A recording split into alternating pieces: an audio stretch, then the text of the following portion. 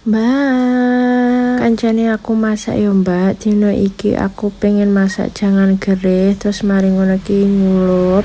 Bar kuwi ki pengen kambek goreng tahu crispy ae, tapi nggak dibentuk bulat-bulat mbak, pengennya gepeng-gepeng. Sek to mbak, perasaan aku iki mau ngisi VN jam 10 bengi lho. Tak pikir ki yo lak wis sepi tibake yo panggah akeh montor sing liwat. Wes resiko nih mbak, omah ndeng pinggir dalan. Mbak, aku pirang-pirang dino tumbang mbak, awakku rasanya nggak penak sumpah. Aku semingguan iki ngetek video mek paling 2 kali tok.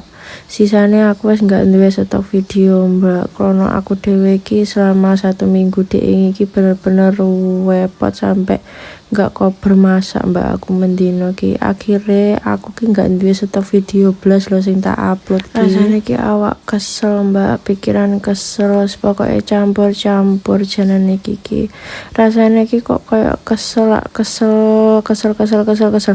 Pokoknya kesel awak ngene iki ya mbak. Aku kayak pengen leren ngono ngonten apa nih ning Facebook, tapi tak angen-angen engko aku mandek terus ya opo koyo YouTubeku koyo TikTokku kok eman-eman mentol lak sumpamane aku mandek ki opo nih aku posisi pomo bayino lekas mulak malik lho mbak. Iya mbak, pomo bayino iso mulak malik lho mbak, lekas mlumah iso balik neh ngono kuwi lho.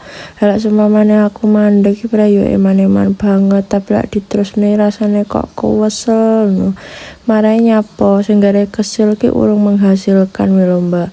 Pomo enek sing nyantol titik-titik no mungkin saya enek harapan, tapi iki ya Allah rasane ya Allah kesel aku. Terus ya opo mbak aku ngene iki, tolong semangatono aku to ya. Tiba aku masak wis mateng mbak, matur suwun ya wis dikancani, sampai ketemu besok yo, bye.